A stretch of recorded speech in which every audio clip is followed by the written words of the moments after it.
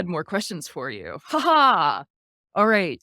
So my closing out questions are like, well, you've already showed us kind of what's next for Pixel Blazes a bit Hmm. with the syncing and stuff like that. And that is really cool. Is there anything else that's maybe not Pixel Blaze related that like you're working on that you want to share or that you're thinking about working Yeah. on or that you wish you had enough time to work on or I've got like 2 hours of slides to go through. awesome.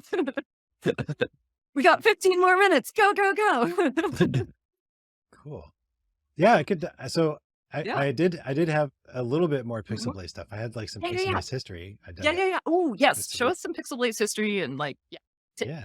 take it away. Okay. I think you have to switch the presenter Oh, thing. yes. Hang on. I got to find my mouse again.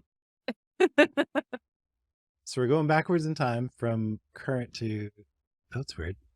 Oh, here we go. Are we I got to press got it. it? There we go. There we go. From current tense to past tense, I was digging around and I found photos of old Pico prototypes that I had designed.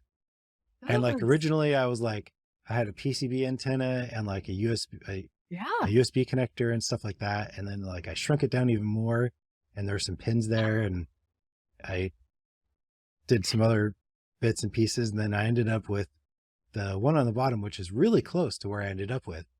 So just a little bit, backing up just a little bit for people who might not be like super familiar. So the Pixel Blaze uses an ESP32, correct? Yeah. And the ESP32 module is a module that has an antenna on it. It has like Wi-Fi chip on it. Well, it has Wi-Fi built into the whole chip. Yeah. It's like the ESP room WROOM 32 is like what most people think of as the ESP32. It's the module. Okay. But the ESP32 is actually like a chip inside that. Mhm. And Yep. under that metal shield, there's the ESP32, there's some a flash chip, a separate IC for that, crystal, and like a bunch of passives and stuff like that. Cool. So it's super convenient all as the one package because you can just plop it on something and immediately start doing stuff with it. Yeah. But it's kind of big. And so you wanted something that was a little bit of a smaller, tighter form factor Yeah. for wearables. Yeah. Yes. Kind of. Yeah, Okay. exactly. And Espressif made something called the ESP32 Pico D4, which is a mouthful of a part number, but they took all that stuff and they took the flash and the crystal and some antenna stuff, not all the antenna stuff, but some antenna stuff, and put it all in a system on a chip. So it's this footprint right there that you can kind of see, big thing in the middle, that has all of that in one component. So you really you just give it power and you're good to go. Nice. So this board has a voltage regulator to take your 5 volts and give it the 3.3 that it needs. It's got a level shifter because you need those for addressable LEDs to bring that back up to 5 volts because most of them operate on that level. Some of the newer ones can work with lower, but sometimes you get into like sort Data of edge case sheet. Yeah. situations and it like glitches out and it's just for solid stuff, just level shifters. Just level shifted up to 5 volts. Yep. And then depending on your antenna, like there's a bunch of RF magic that has to happen. And I used some really awesome cheater guides for this kind of stuff. I got a nice low cost, not a vector network analyzer, but it's like some like half version of that was able to do antenna tuning and stuff. And so I was able to like dial it in and get it just right. It was a lot of fun. Like a really little spectrum weird. analyzer, kind of. Yeah, I forget what it's not like a full spectrum Analyzer. analyzer. Okay. It's like a Oh, it's like a Visor kind of a thing or something. yeah, maybe. yeah, exactly. Yeah. You could just do the standing wave types measurements and stuff. Cool. And I'm not showing you the picture of what it is today, but it's got a couple of other little small components to do kind of stuff, but kept that nice, super small form factor. But anyway, so there's a little bit of Pico history. I mean, that project started years before V3 was actually released. So hardware aside, it just took so long to get the software like where it needed to be. This is something that I worked on. This is a low power Lazao Plus form factor that I was working on for a super low power PixelBlaze variant. So this is not Wi-Fi. This would be like web serial kind of thing, like super, super low power, could run on like little tiny batteries forever. Cool. This is the original V3 family. So you had the Pico, Yeah. You had the standard, and you had that thing on the right that was going to be the pro version of PixelBlaze. Mhm.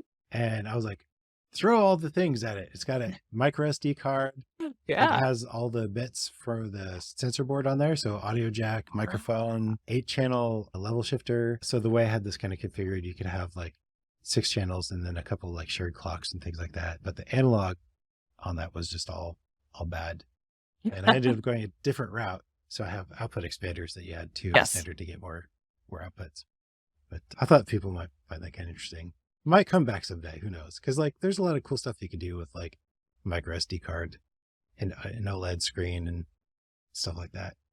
So I'm curious actually about your little onboard PCB antenna journey because it looks like you threw out the onboard PCB antenna and went with a chip antenna instead. I did. Yeah. So yeah, tell me about that a little bit because I think that like it's easy to see antennas as part of PCBs and be like, oh, I can just throw an antenna on this PCB, no problem. Yeah. Yeah. And there's footprints you can just slap on there, but you Right. still have to tune Yeah. them. Yeah. And all these designs didn't really have the tuning, and you should tune to get the best RF experience, but Mhm. honestly, you don't have to. Like you could stick a piece of wire of random length and the ESP32 will get Wi-Fi for a couple of feet. Yeah. It's crazy how good it works with absolutely nothing. Like it's pretty crazy. But I really wanted to, maximize the range and stuff like that. The reason I went to the chip antenna over the PCB antenna was mainly around size. Okay. Yeah. I wanted it to be thin, so I couldn't rotate it. Mhm. And it has to be like certain dimensions and stuff, unless I go like, I don't have the RF background to go design my own fractal PCB antenna that's shorter. I'm sure some exist, but I couldn't find any that I could use. Yeah. So that's why I went with the chip antenna. Okay. Cool. It was the one that's the second one from the bottom, the one that's just the last version of the PCB antenna. Mhm. Is that just silkscreen, the white, Yeah. or is that some okay. Yep. I So was that's wondering if there was like a fancy substrate going on or something like that, but nope, that's just a Osh Park. That's what cool. they look like if you take away all the Okay. layers of Yeah. stuff. Yeah. Yeah. A lot of this was sort of like reading different stuff and learning different things and trying different stuff to kind of figure out what works best Mhm. and just experimenting. And like some things like with RF, like they have the traces exposed because the mask can very slightly change the dielectric strength and it will slightly change the tuning. Yeah. But I think it's like so minor compared to like doing the proper matching network that like that's really where you'd probably want to spend your time, Mhm. or at least where I ended up spending all my time. Cool. Yeah. So I first, and everybody should do this. If you have a fun project you think other people might like, you should build a handful of them and throw them on Tindy or whatever. That's how I started with all this stuff. I got some PCB maze. This is PixelBlaze version 1 Ah, that was sold on Tindy. cool. And of course, if you look, there's little tiny silkscreen print V2. This is actually version 2 board. It was a project that like morphed into what is PixelBlaze. So this is the first like actual product PixelBlaze with the software and this form factor and everything. Nice. And that's my prototype that I built this whole thing on like initially. And I must have reflashed this board thousands of times, the poor thing. Nice. That was Whoa. the original where it came from. What? This was the first. Oh, Jason's asking if Mhm. there's any plans for an S3 PixelBlaze. Maybe. There's some interesting stuff on the S3, but mainly it's more pin counts, a lot of extra peripherals. There's a little bit of extra compute in terms of like some of the instructions that they support and things like that, but I'd have to do extra so the engine wouldn't support it too much. So it's something I want to look at. But yeah, so this is the original thing that ended up becoming PixelBlaze. So PixelBlaze never ran on this, but something else did. It was a little web page where you threw an image up, very much like my pixel mapper, but then it took the columns of pixels of whatever image you did and like interpolate between them as it scanned across the x-axis in time. And then it could drive an analog LED strip for white illumination. Oh, cool. There's the home etch PCB. I was gonna say. Nice. Nice. And that was the Radio Shack perf board thing that I made before that. Yes. But it was for this, which was a collaboration between an artist, a friend of mine in Santa Cruz. and he was making this, and he wanted some really cool V-color LEDs to it, as well as it had a lot of stuff that needed just plain illumination with some brightness control. And there's Cool. this thing is like the size of a wall. Wow. It's absolutely massive. It is installed in a hotel somewhere in Santa Cruz. Nice. So that's where it started. Dang, that's so cool. I Yeah. love it.